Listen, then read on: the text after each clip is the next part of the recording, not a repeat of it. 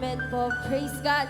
Maaari po ba nating palakpakan ng napakalakas ang ating Diyos na buhay? Hallelujah! Hallelujah, O Diyos! Pinupuri ka namin, sinasamba ka namin sa araw at sa oras na ito. Panginoon, siyasatin mo ang puso ng bawat anak mong nandito.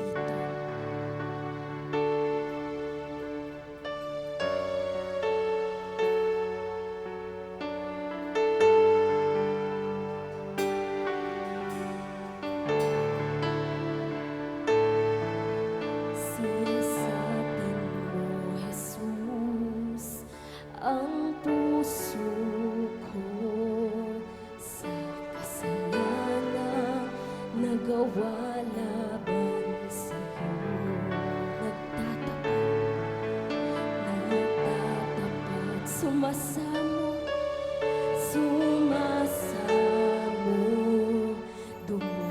dumudulog sa harap ng banal mong trono. Minsan pa nating awitin, siyasatin mo, Jesus, ang puso ko sa kasalanan nagawa laban sa'yo. Nagtatapat,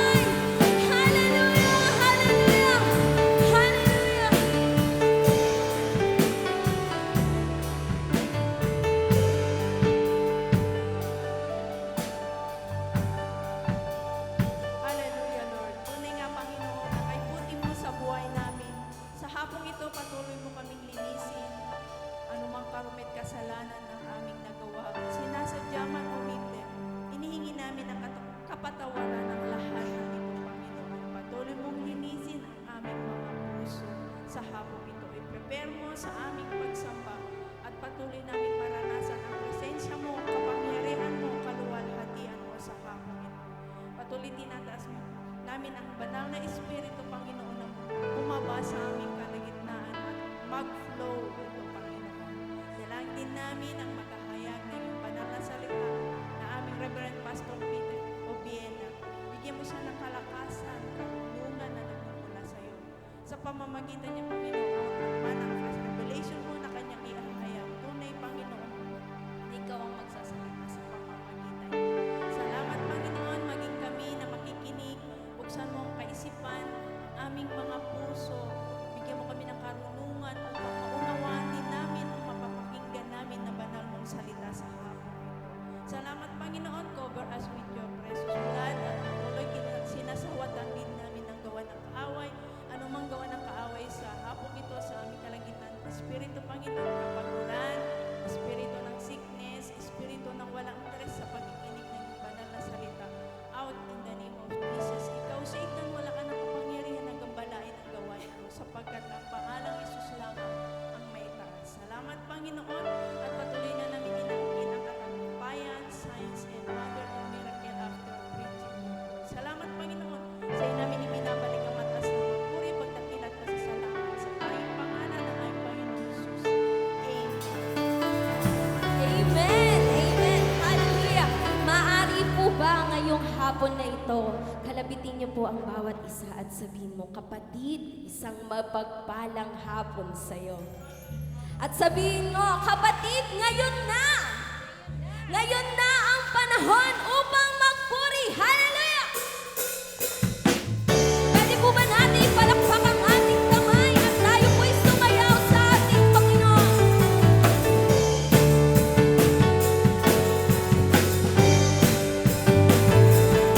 Ngayon na ang panahon upang magpuri. Sama ka, halika na, magalay sa tanging hari.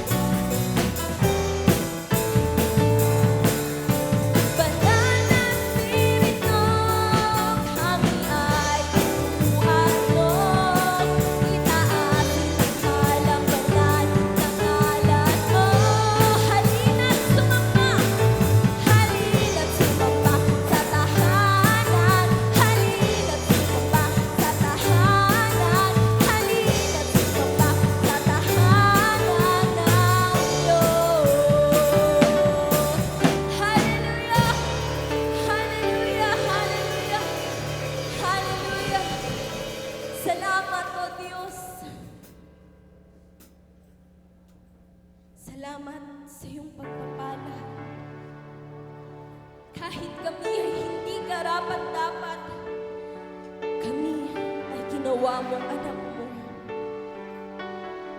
Walang judgment, O God. Kahit kami ay nagkukulang, ngunit ikaw, hindi ka nagkulang sa bawat isa. Kaya sa hapon na ito, kapatid, maaari ba na itaas mo ang pangalan ng ating Diyos? Ngayon mo lang maririnig ang kantang ito. Ngunit nawa sa iyong puso, sa iyong isip, ito.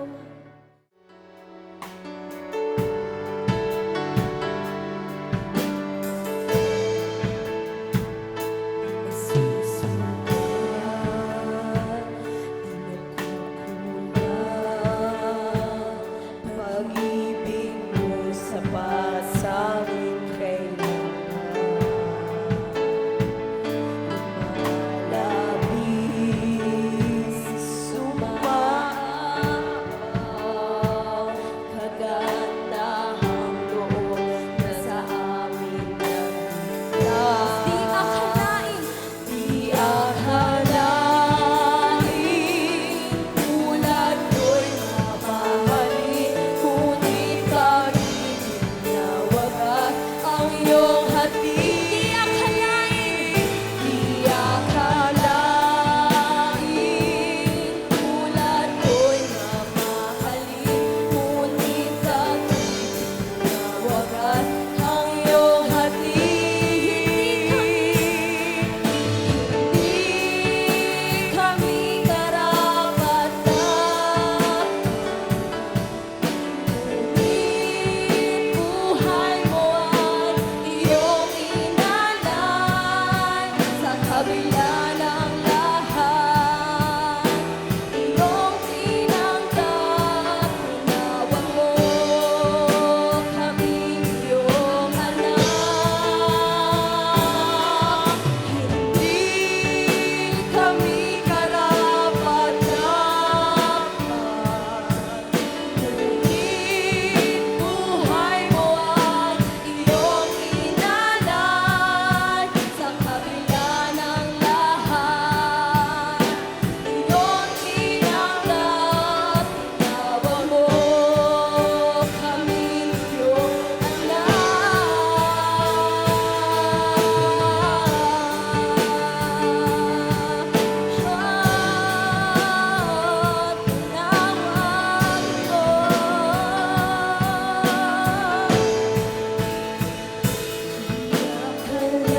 Akalain, tulad ko'y mamahalin, ngunit pag-ibig na wagas ang iyong hati.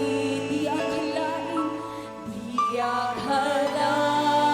akalain, tulad ko'y mamahalin, ngunit pag-ibig na wagas ang iyong hati. let the people sing, di akalain, Di akalain,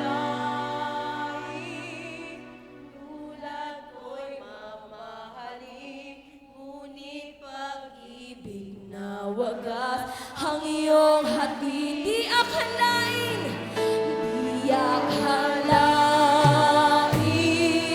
tulad ko'y mamahalin, ngunit pag-ibig na wagas ang iyong hati. Di kami karapat-dapat, ngunit buhay mo ay iyong inalay. Sa kabila ng lahat, iyong tinanggap, tinawag mo kaming iyong anak.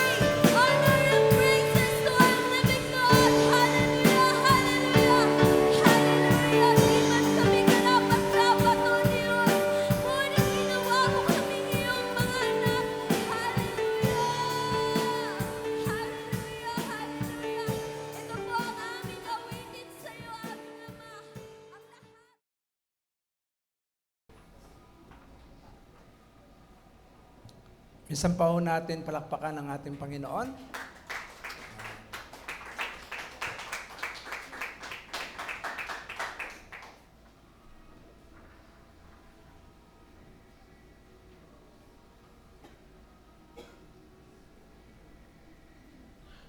Makibukas po tayo sa aklat po ng Mateo, Kapitulo 7, talatang 1 hanggang 5.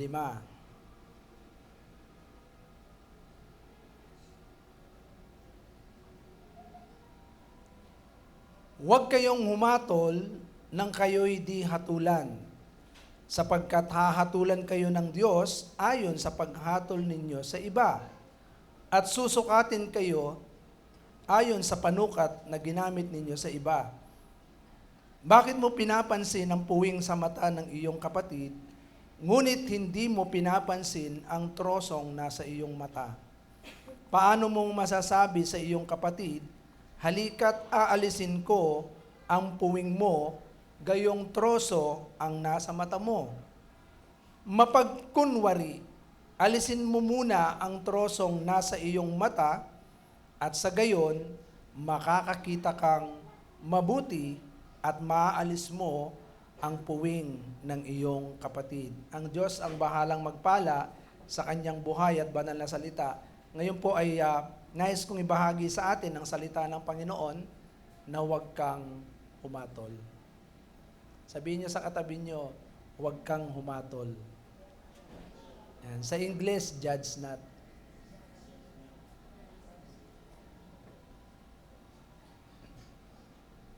Hindi tayo pinipigilan ng ating Panginoon, Hesukristo, na magkaroon ng tinatawag na pagsusuri, pagkakaroon ng pagtingin dun sa mga mali ng iba, sapagkat ito ay mahalaga. Dapat marunong din tayong kumilatis sa tama at mali.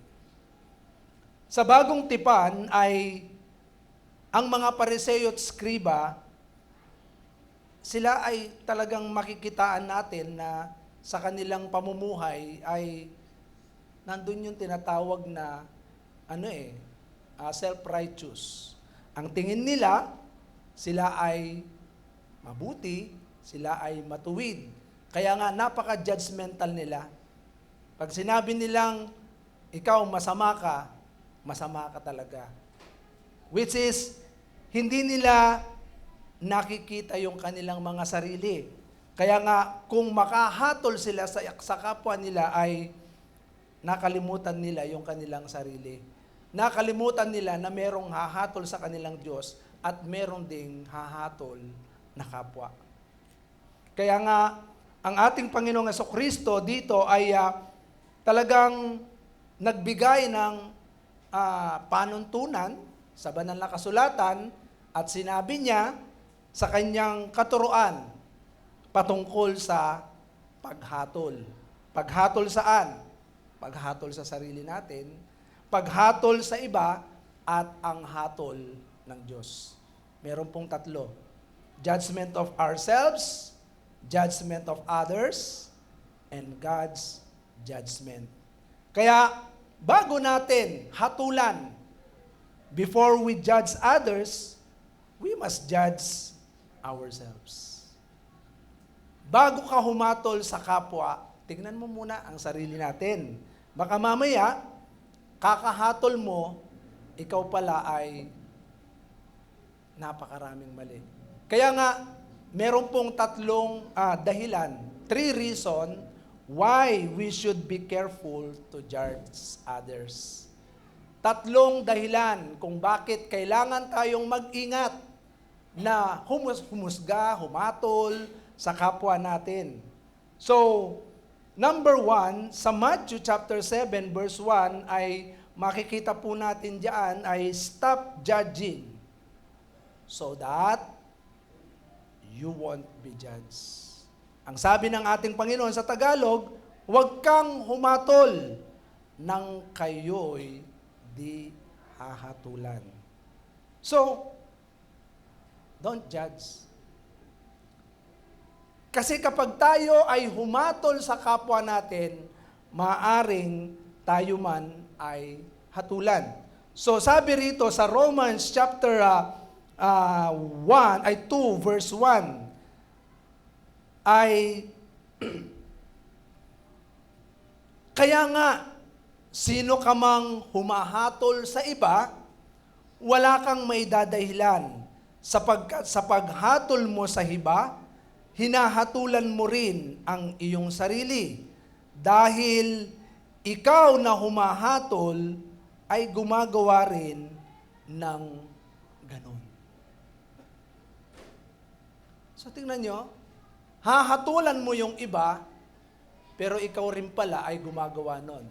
Kaya nga sa John chapter 8, verse 7, ay makikita natin dito yung senaryo ng isang babaeng nahuli sa pangangalo niya at iniharap nila ito sa harapan ng ating Panginoon upang hatulan ng kamatayan ang babaeng ito na nagkasala sa pangangalo niya.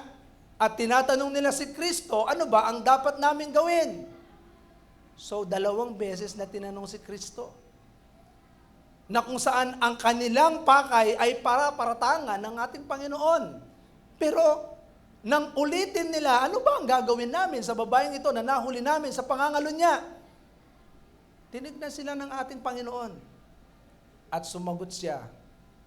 Sabi niya, let the person among you who is without sin be the first to throw a stone at her. Sabi niya, sino man sa inyo ang walang kasalanan, ang siyang unang bumato.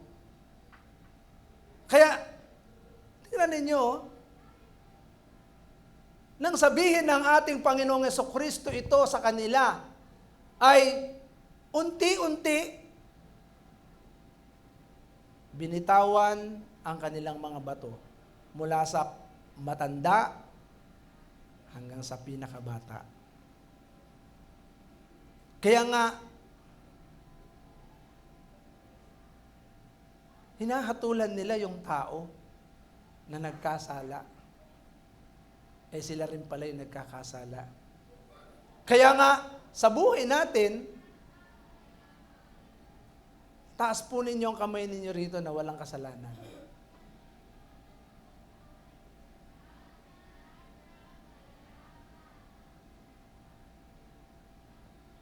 Kaya maliwanag ang scripture.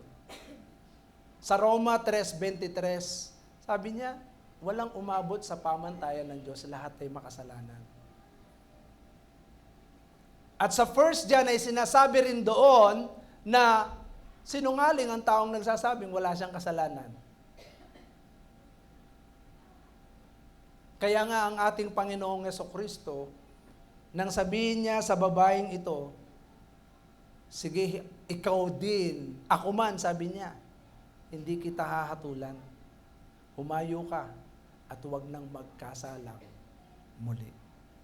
So tingnan niyo, yung pagpapatawad na iginawad ng ating Panginoon sa babaeng ito na nagkasala.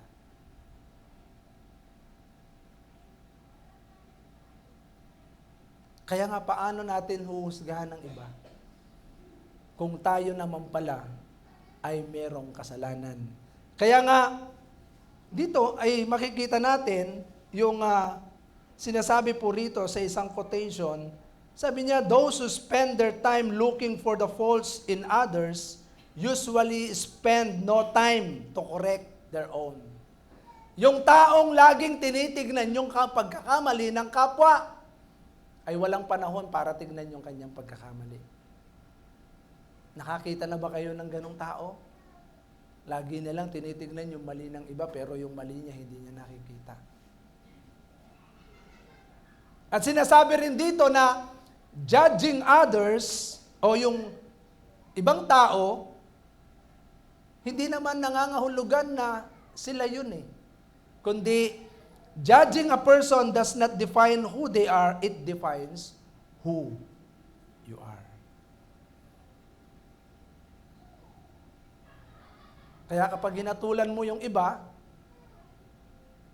hindi naman magpapakita na kung sino sila, kundi kung sino ka. So don't judge.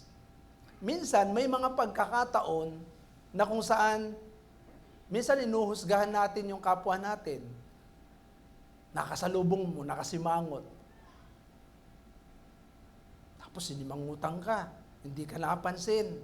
Sasabihin mo, supla-suplado nito. Galit ka na. Tesod na ako. Hindi mo alam may pinagdadaanan pala. Hello? Di ba? Hindi mo alam, ang bigat pala ng kanyang problema, kaya hindi siya nakangiti. Hindi ka nginitian. Hindi ka kinikibo. Ang minsan sa mag-asawa, hindi kinibo. Sasabihin na ng asawa, nanlalamig ka na. Siguro meron ka ng iba, no? Di ba? Hinusgahan mo na kaagad. Pinagpalit mo na ako, no?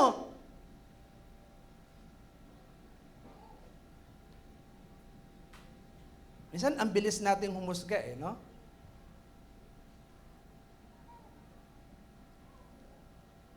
Nobody has it easy. Everybody has a problems. You never know what people are going through. So before you start judging, criticizing, mocking others, remember everybody is fighting their own. Bago mo husgahan yung iba, tignan muna natin yung sarili natin. Amen? Kasi, hatulan tayo eh.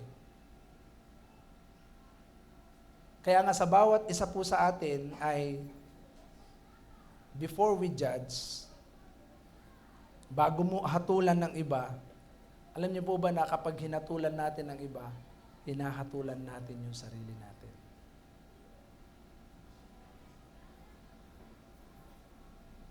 Pangalawa,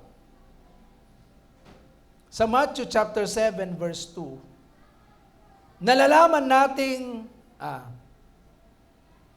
Matthew chapter 7 verse 2 ay,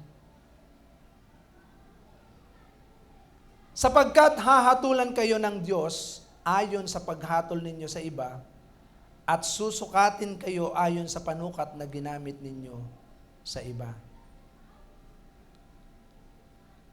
Sinasabi ng Luke chapter 6, verse 37 hanggang 38 ay huwag tayong humusga. Kasi kung ano yung ating panukat na ginamit ay yun din ang gagamitin sa atin. Sabi ng ating Panginoon, huwag kayong humatol at hindi kayo hahatulan.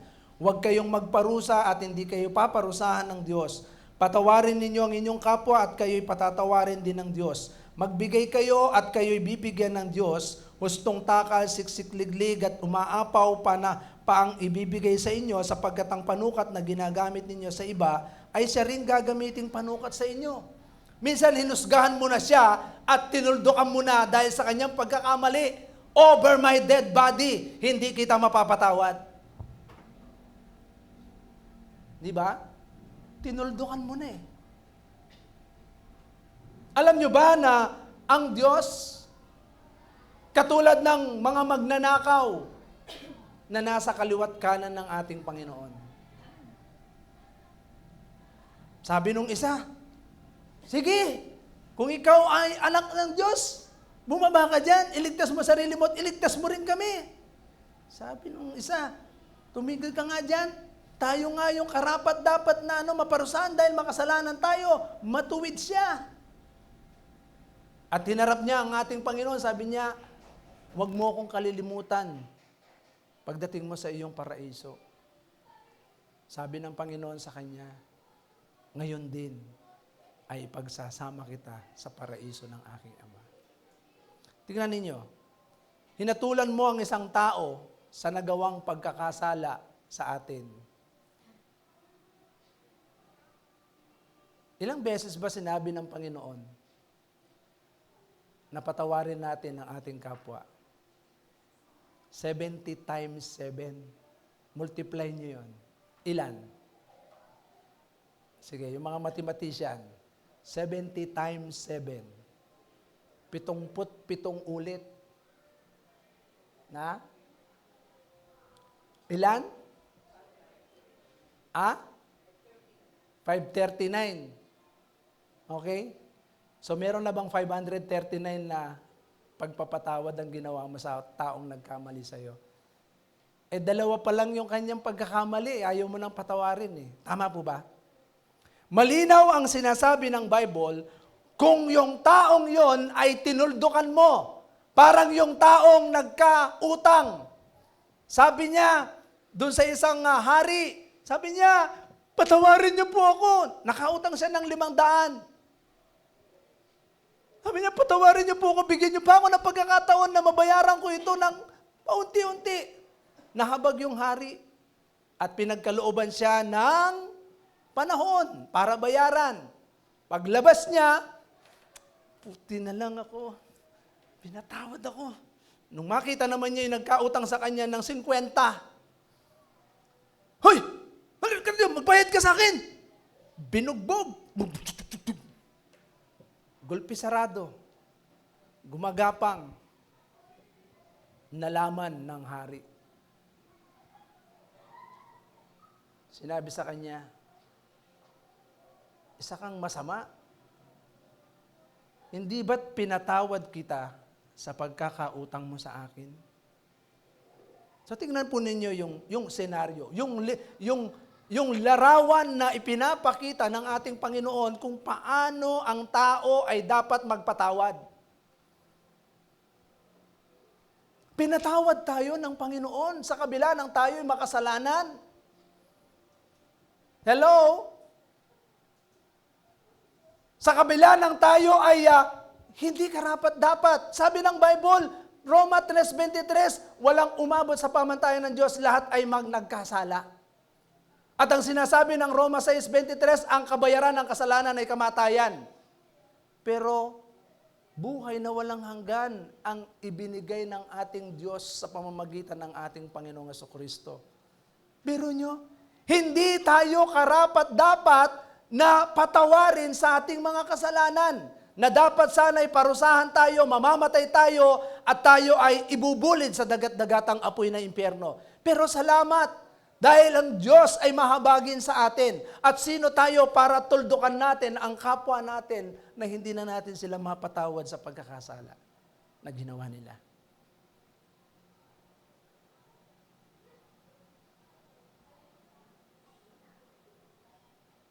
Kung yung magnanakaw na yon, yung huling sandali ng kanyang buhay ay pinatawad ng Diyos, tayo pa kaya? Minsan may mga tao tutuldukan, hay, wala na yan, hindi na yan magbabago, ganyan na yan, mamamatay na yan ng ganyan. Hello? Huwag nating hatulan. Sapagkat ang Diyos, sabi ng Biblia, sa 2 Peter chapter 9, 3 verse 9, ay binibigyan pagkakataon ng Diyos ang lahat ng tao para magsisi.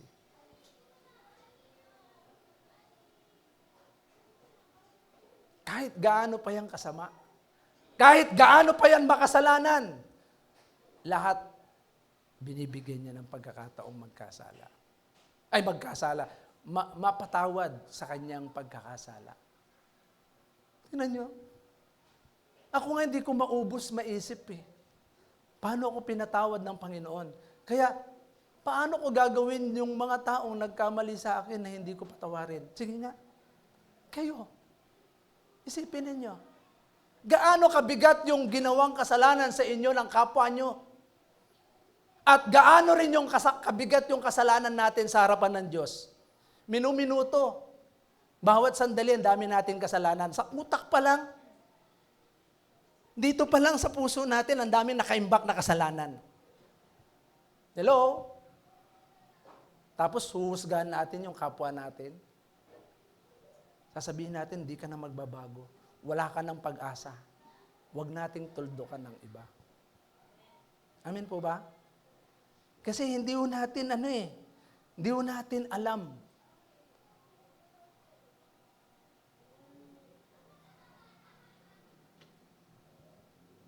Alam nyo ba na sinasabi diyan na tayo ay susukatin. Kung ikaw ay humatol sa kapwa, God will give us also kung ano yung panukat na ginamit natin. Hinatulan mo Wala ka na. Erase ka na sa akin. Ganon din ang gagawin sa atin ng Diyos. Minsan yung iba, ganito lang kaliit yung kasalanan. Tapos, sa sobrang tapang, galit na galit. Winasak yung muka. Laki ng kasalanan mo. Ito sa'yo. Matapos mong gawin yan, babalik sa'yo yan. Kikitilin naman ang buhay mo. Kasi kung ano yung ginawa natin sa kapwa natin, yun din ang gagawin sa atin. What we sow is what we reap. Amen? May isang senaryo na kung saan sa 2 Samuel chapter 12, si Propeta Nathan ay pumunta doon sa hari na talagang malapit sa puso ng Diyos. Pero minsan na siya ay nagpapahinga sa kanyang balkonahe. Pagkadilat ng kanyang mata at nagunat ng kanyang kamay, beautiful. Nakita niya si Bathsheba. At nung makita niya si Bathsheba, kinuha niya. Pero bago niya makuha si Bathsheba, pinatay niya rin ang asawa nitong si Urias. Ngayon, sa senaryong ito ay kinuwento ni Propeta Nathan kay Haring David. Sabi niya, merong isang mahirap na isa lang ang kanyang tupa. Mahal na mahal niya yung tupa niya. Tapos itong isa naman ay mayaman, napakaraming tupa. Dumating ang bisita nitong mayaman at kinuha yung nag-iisang tupa ng mahirap na ito. At yun ang kinatay niya at inihain niya sa kanyang mga bisita. Tinanong ni Propeta Nathan, ano ang dapat gawin sa ganito? Sa verse 5, sabi niya, as the Lord lives! Sabi niya, tumayo siya, nanginginig.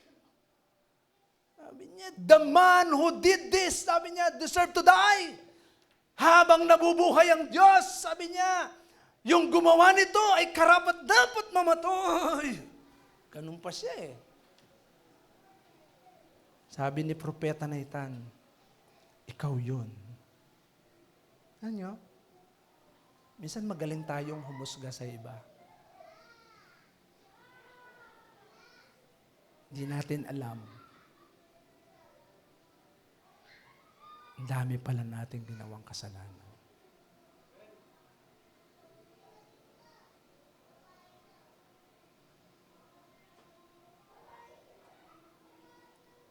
Sa church, ilang beses ka na nag-isip ng masama sa kapatiran. Pero ikaw mismo ay maraming ginagawang mali. Ilang beses ka nang natisod. Pero ikaw pala ang kinatitisuran.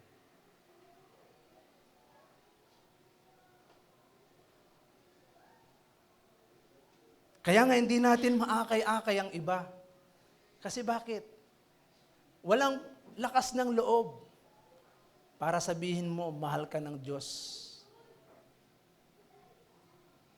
magbago ka ng buhay mo. Hindi mo masabi yon. Bakit? Kasi tayo mismo hindi nabago ang puso. Pero ang isang totoong binago ng Panginoon, kaya mong sabihin sa kapwa, magbago ka, magsisi ka. Kasi tayo mismo ang unang-unang nagsisi ng kasalanan. Amen? Pangatlo, hindi mo masasabing matutulungan mo ang iba kung ikaw mismo ay merong gatrosong kasalanan sa mata. Amen? Sabi rito, sa Matthew chapter 7 verse 5, "You hypocrite, first remove the beam from your own eye, and then you will see clearly enough to remove the speck from your brother's eye." Bago mo matulungan ng kapwa natin na magbago ng buhay, tayo muna. Baguhin muna natin yung sarili natin. Amen? Parang ang pastor, ang mga ministers, ang mga pastor at ministers, bago ka magturo sa labas, akayin mo ang mga tao patungo sa Diyos. Unang-una sa lahat, akayin mo muna ang pamilya mo sa Diyos. Hindi mo pwedeng sabihin na, baguhin mo yung anak mo. Pero ikaw mismo ay hindi mo nababago ang iyong sariling anak. Lahat tayo.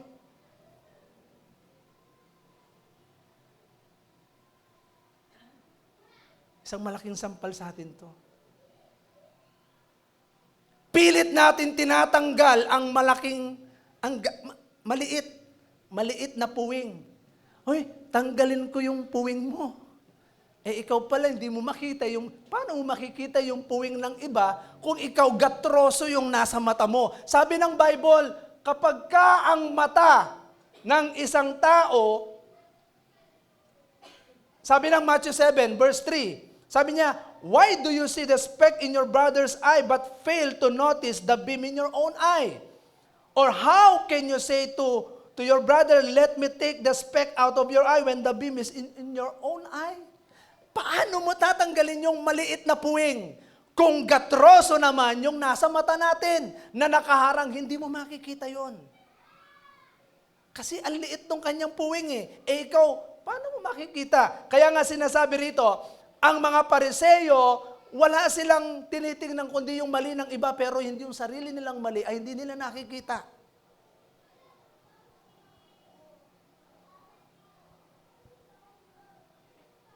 Tinitingnan yung mali ng iba.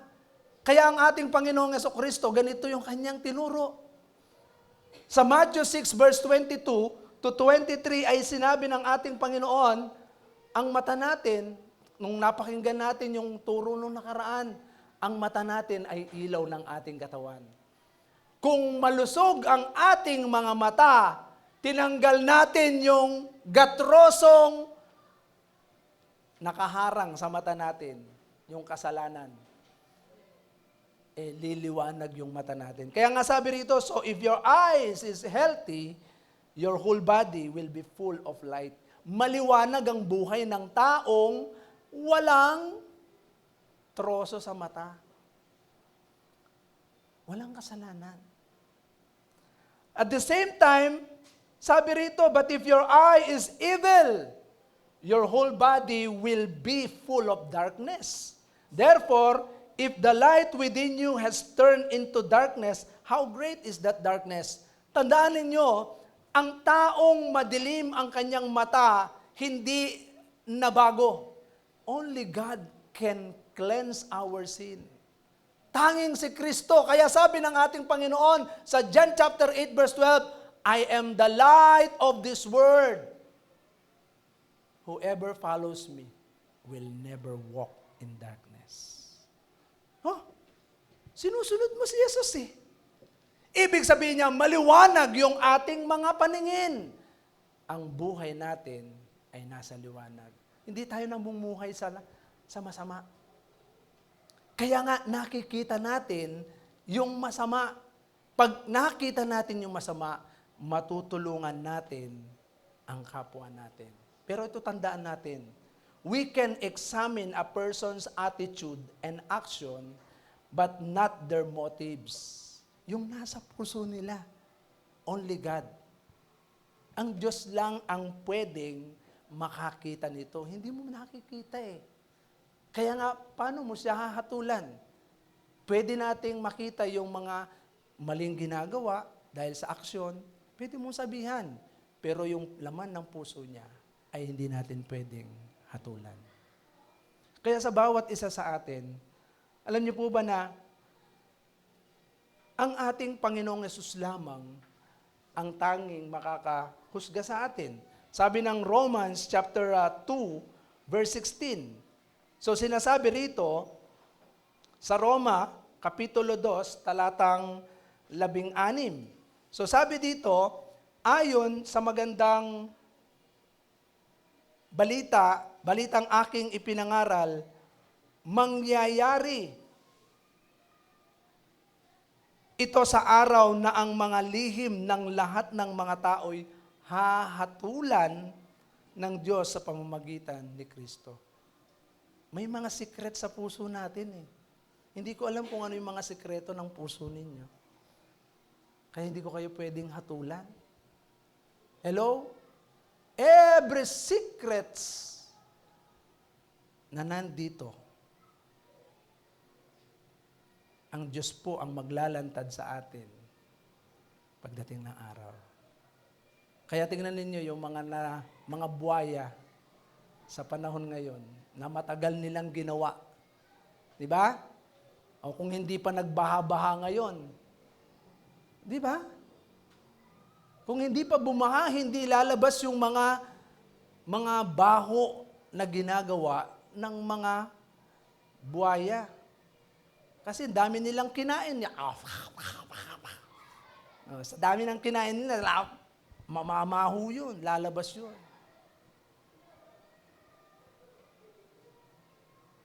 Ano man yung ginawa natin sa dilim, ay ilalantad ng Diyos sa liwanag. Amen po ba? Kaya, tandaan natin kahit anong lihim mo diyan, kahit anong tago mo. Bakit? Ang Diyos ay nakatunghay sa atin eh. Kahit na nandun ka pa sa ilalim ng lupa, gawin mo yung masama, hindi ka makakatakas sa Diyos. Alam ng Diyos yun. Nilihim mo man yan sa tao, pero sa Diyos, hindi ka makakapaglihim. Kasi siya po yan eh. Sabi diyan, mangyayari ito sa araw na ang mga lihim ng lahat ng mga tao ay hahatulan ng Diyos sa pamamagitan ni Kristo Jesus. Sa Colossians chapter 3, verse 22 to 24 ay 25, sinasabi po rito,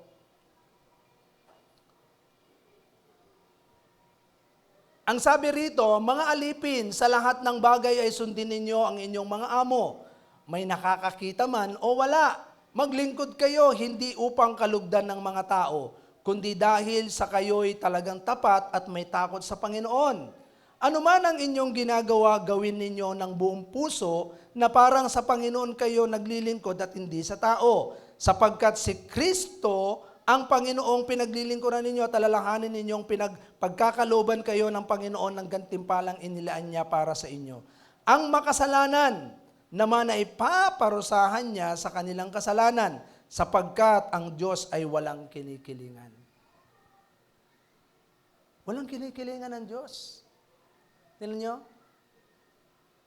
Kung ano ang ginawa natin na kasalanan, pagbabayaran natin pagdating ng araw, kung hindi natin ito pinagsisihan sa harapan ng Diyos. Kaya nga hindi rin natin mahatulan ng iba. Kasi ang Diyos lamang ang nakakaalam kung ano ang laman ng puso. Amen? So tayo po na kung saan ay pinagkalooban ng Panginoon ng salita niya, na siyang nagbabago sa atin, nagtuturo sa atin. Ang sabi ng Biblia, yung taong sumusunod, sabi sa Santiago, Santiago 1 ay binanggit ni Apostol Santiago, verse 22, verse 22, chapter 1, verse 22, mamuhay kayo ayon sa salita ng Diyos.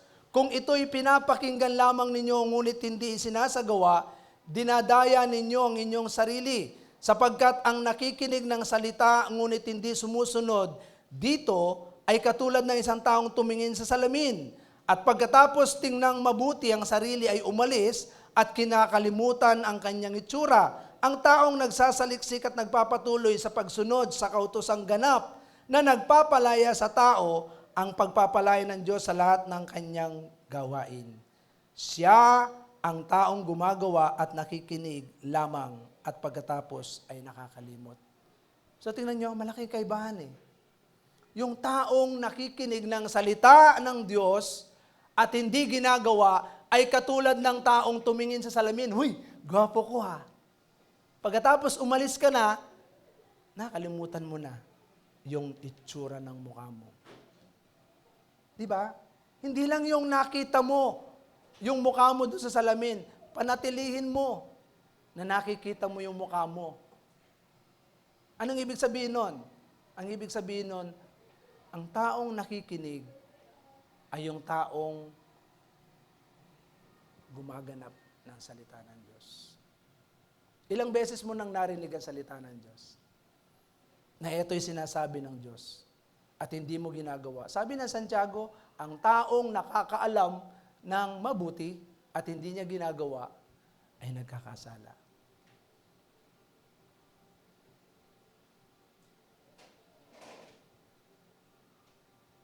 So paano natin matutulungan yung iba kung hindi naman natin ginagawa ang salita ng Diyos?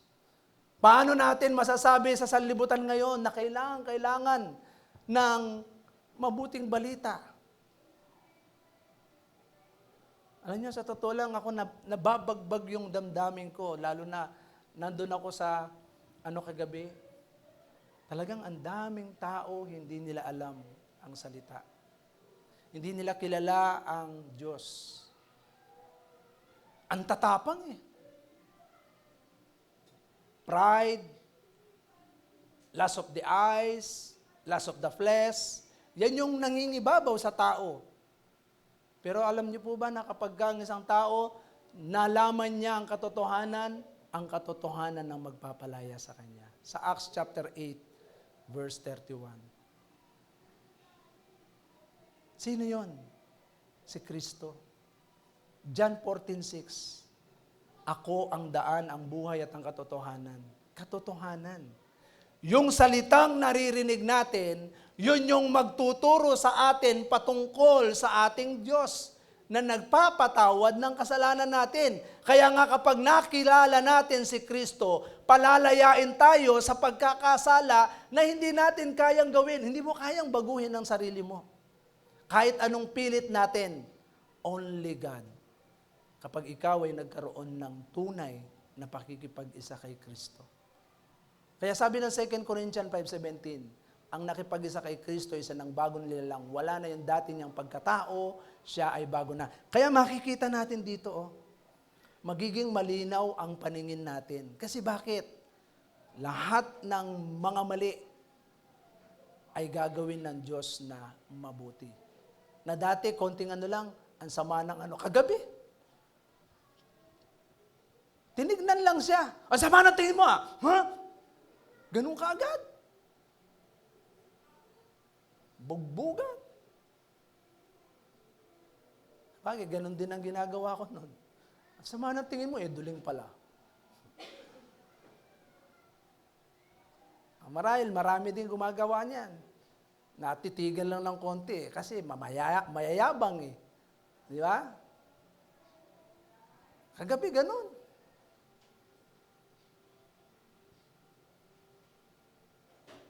Kaya nahabag ako eh. Ang Diyos lang ang pwedeng magbago.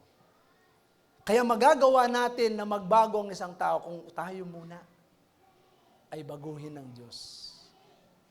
Amen po ba? Tayo yung unang-unang babaguhin ng Diyos. Hindi natin kayang baguhin yung iba kung tayo mismo ay hindi nabago.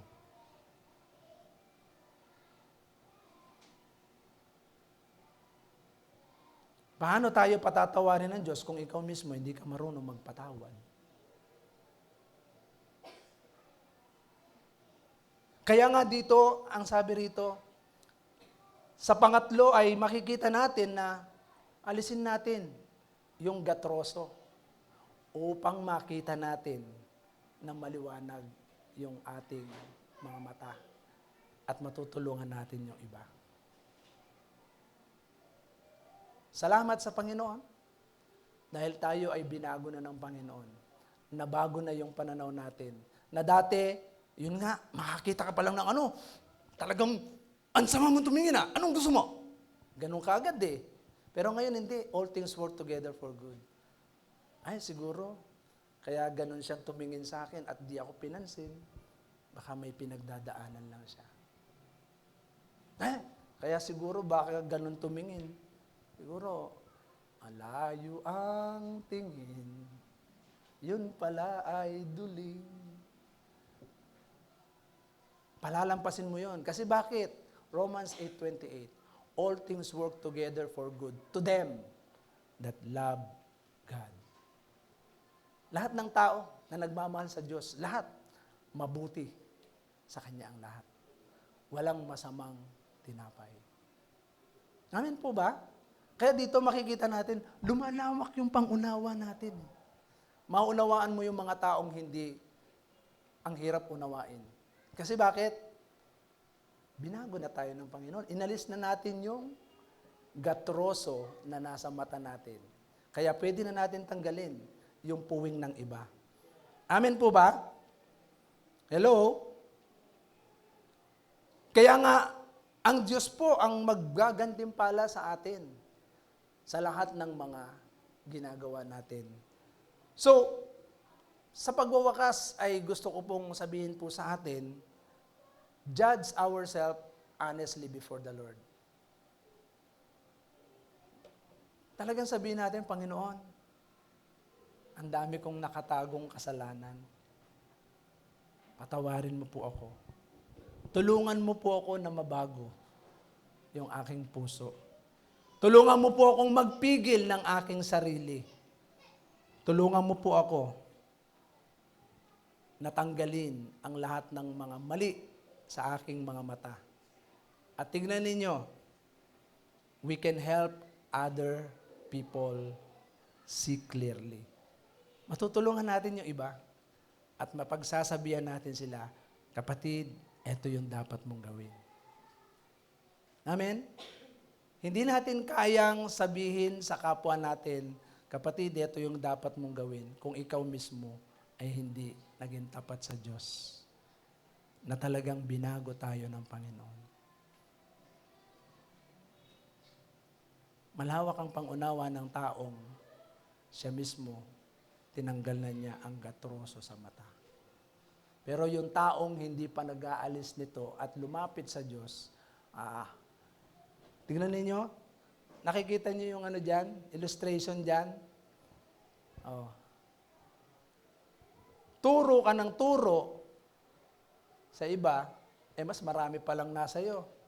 Pero kung ituro mo yung sarili mo, ibig sabihin nun, ikaw mismo. Bago mo husgahan ang iba, husgahan mo muna ang sarili mo sa harapan ng Panginoon. Amen po ba?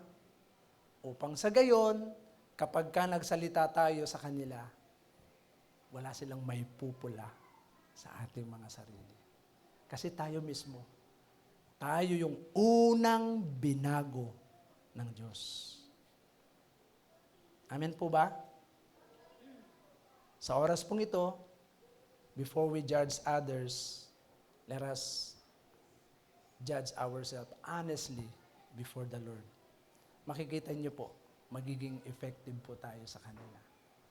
At marami pa tayong maaakay na mga kaluluwa. Maging yung mahal natin sa buhay, madadala natin sila doon sa gitna ng kalooban ng Diyos. Napakaraming tao ngayon.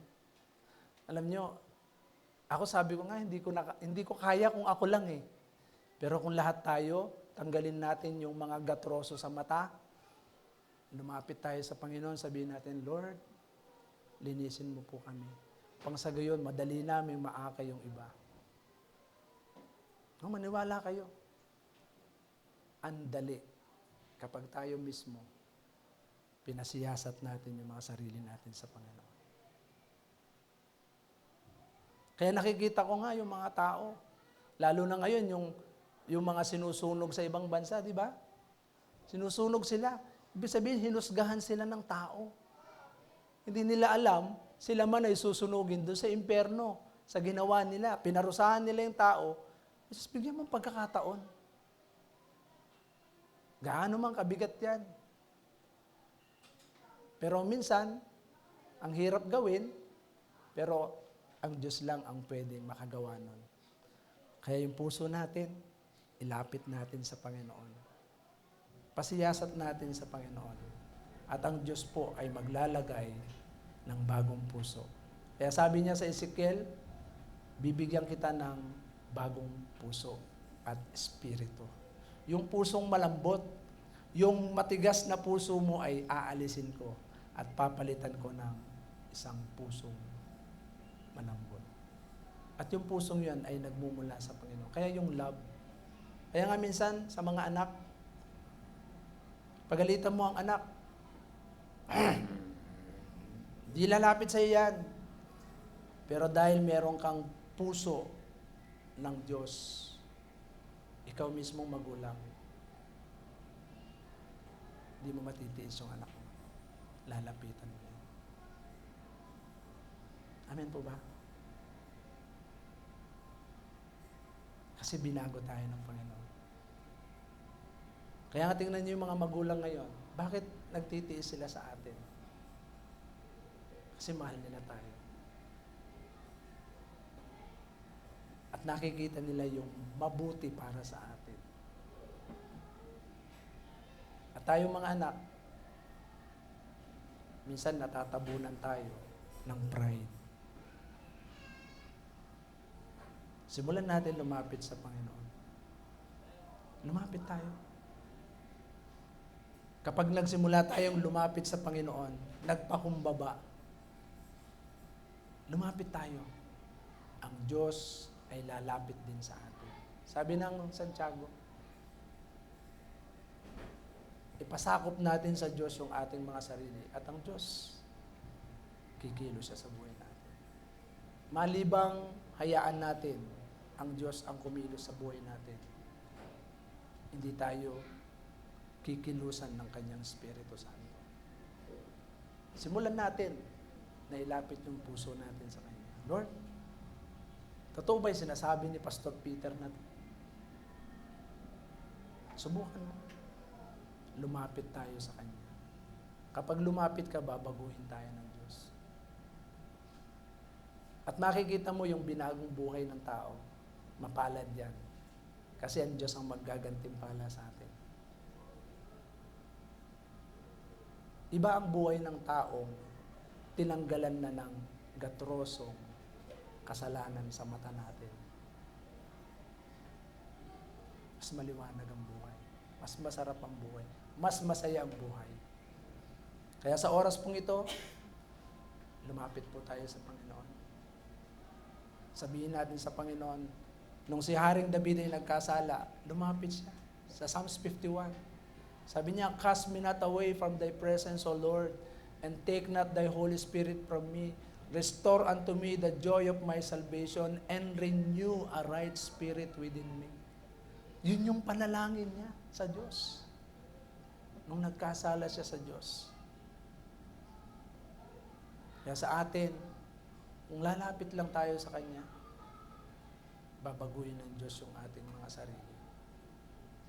Hindi ikaw ang magbabago niya, kundi ang Diyos. At kapag sinimulan natin na lumapit sa Panginoon, lahat ng titignan mo sa kapwa, pag hinatulan mo ang kapwa, magiging tama ang paghatol natin kasi tayo, maliwanag na ang ating nakikita. hindi na yung mali ng iba, kundi kung ano yung kalooban ng Diyos ang nakikita natin. Kaya sa oras pong ito, gusto mo bang mabago ang buhay natin? Gusto mo bang mabago yung paligid natin? Simulan natin sa sarili natin. Tayo muna. Alisin muna natin yung gatrosong nasa mata natin bago natin alisin ang puwing ng ibang tao. Tayo po ay tumayo at patuloy po tayong lumapit sa ating Panginoon. At alam nyo ba yung awit na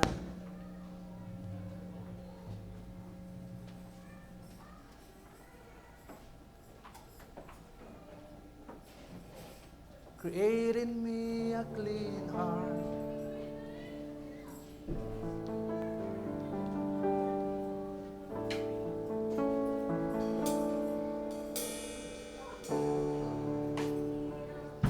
Kapag sinimulan po natin lumapit sa Panginoon ngayon, ang Diyos po ay kikilos sa buhay natin. So nais po ba natin na lumapit sa Panginoon? Makipag-usap po tayo sa Panginoon. Habang tayo nakayukot nakapikit at umaawit ang choir, inaawit ang awit na ito ay makikita po natin ang kilos ng Panginoon sa ating buhay.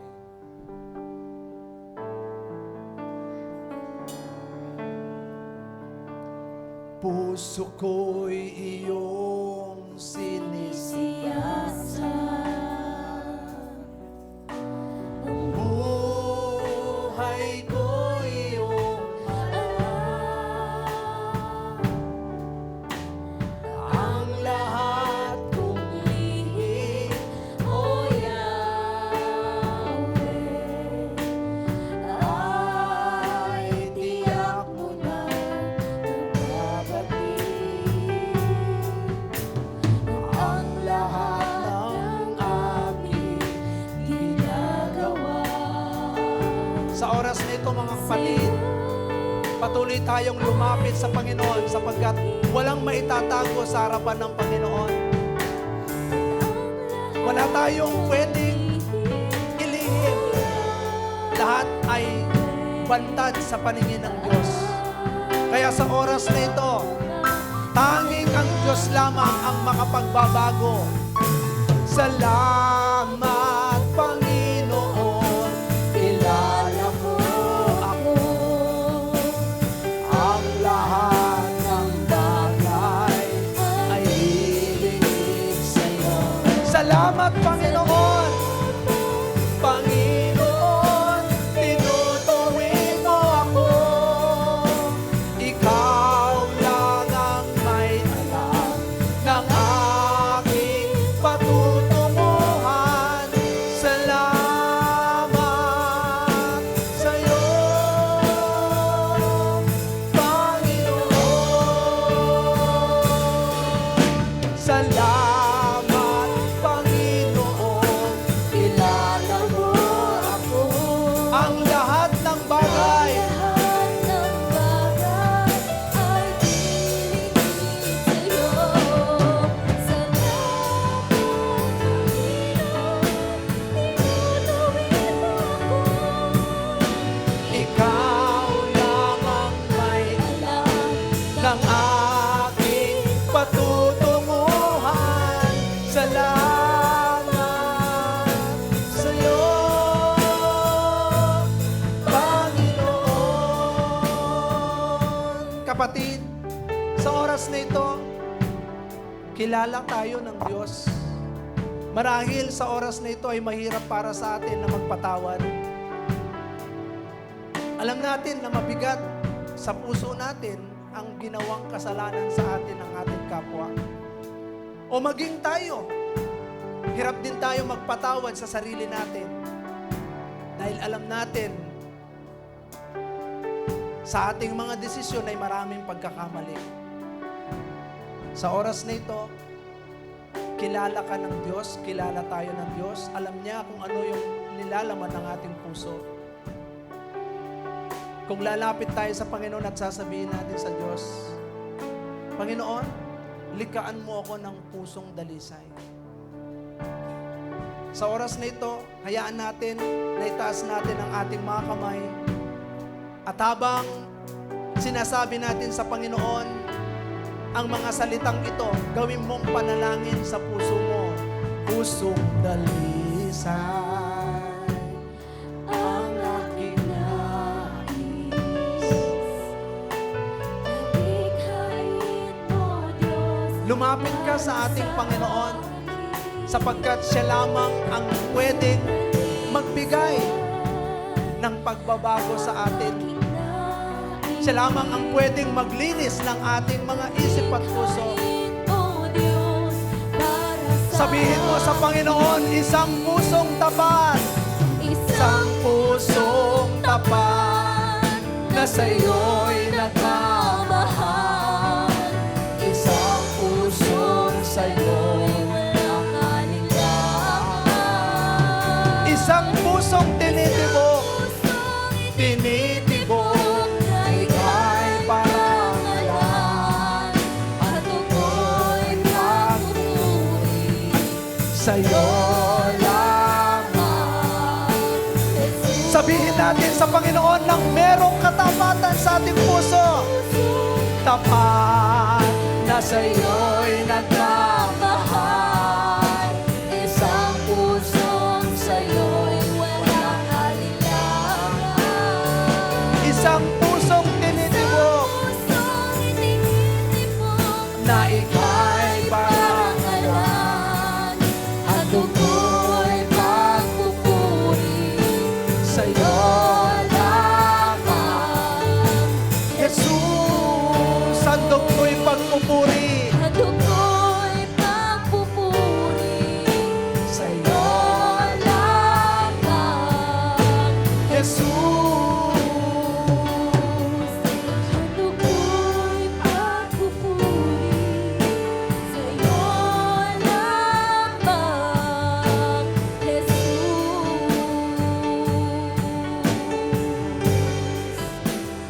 Ama naming Diyos na makapangyarihan sa lahat, marami pong salamat sa iyong ginawa ngayon.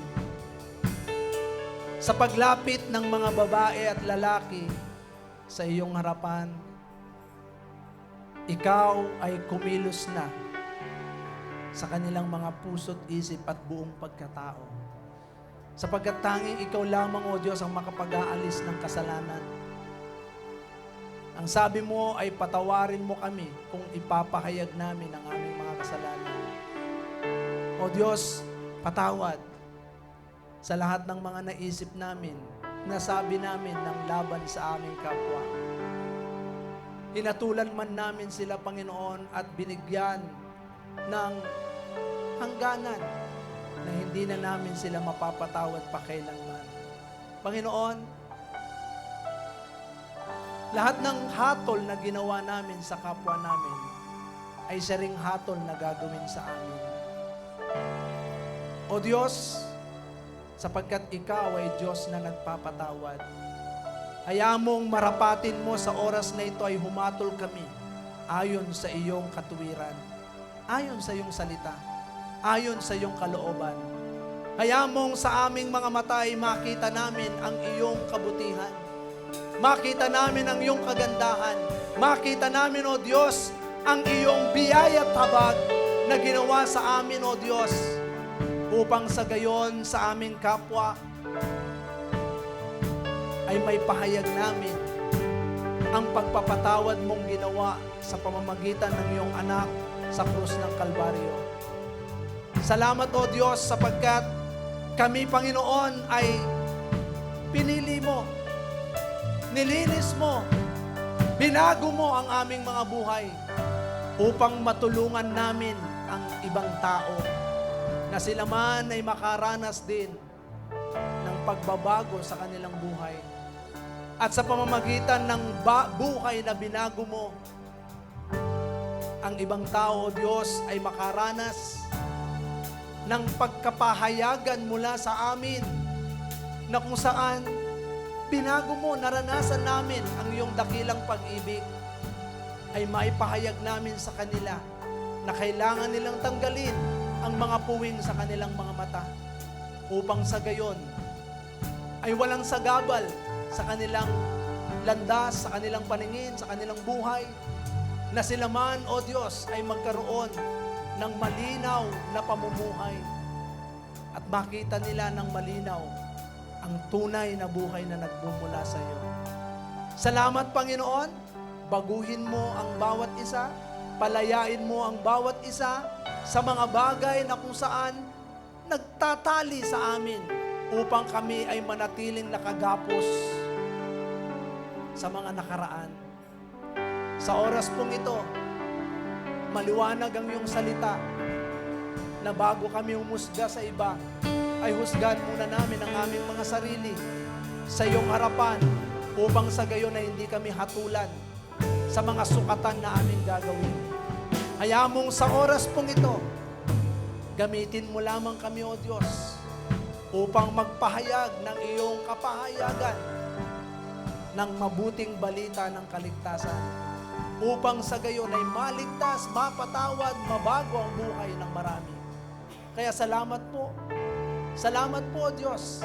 Kaya mong ang buhay ng bawat isa, patuloy mong pagpalain, anuman ang kanilang mga pangailangan, kung sila man ay may mga sakit at karamdaman, kung sila man ay nagugulumihanan, kung sila man, O Diyos, ay may mga pangailangan, patuloy mong katagpuin, O Diyos, sa pangalan ni Jesus. Ikaw po ang patuloy na kumilos. Holy Spirit, take complete control. In the name of Jesus. Hayaan mo, Panginoon, na malaya kang makakilos sa puso't isip ng bawat isa at sa buhay ng bawat isa. Upang sa gayon ay maparangalan ka namin araw-araw. Salamat, Panginoon, sa iyong pagpapatawad, sa iyong pagliligtas, sa buhay na walang hanggan. Muli, patuloy namin ibinabalik sa iyo ang lahat ng papuri sa pangalan ni Jesus. Amen at amen. Amen. Hallelujah. Patuloy po nating selyuhan ang kaligtasan at ang ating karapatan na maging anak ng ating Diyos na buhay. Dakilang may akda